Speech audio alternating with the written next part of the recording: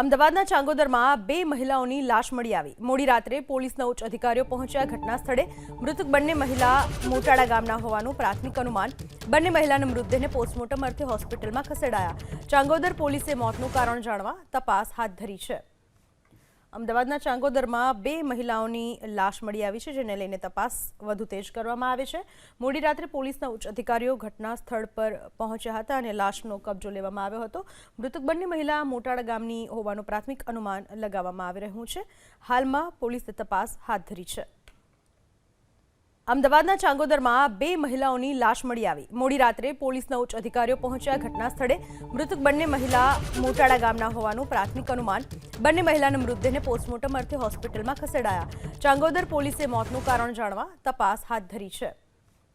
અમદાવાદના ચાંગોદરમાં બે મહિલાઓની લાશ મળી આવી છે, જેને લઈને તપાસ વધુ તેજ કરવામાં આવી છે।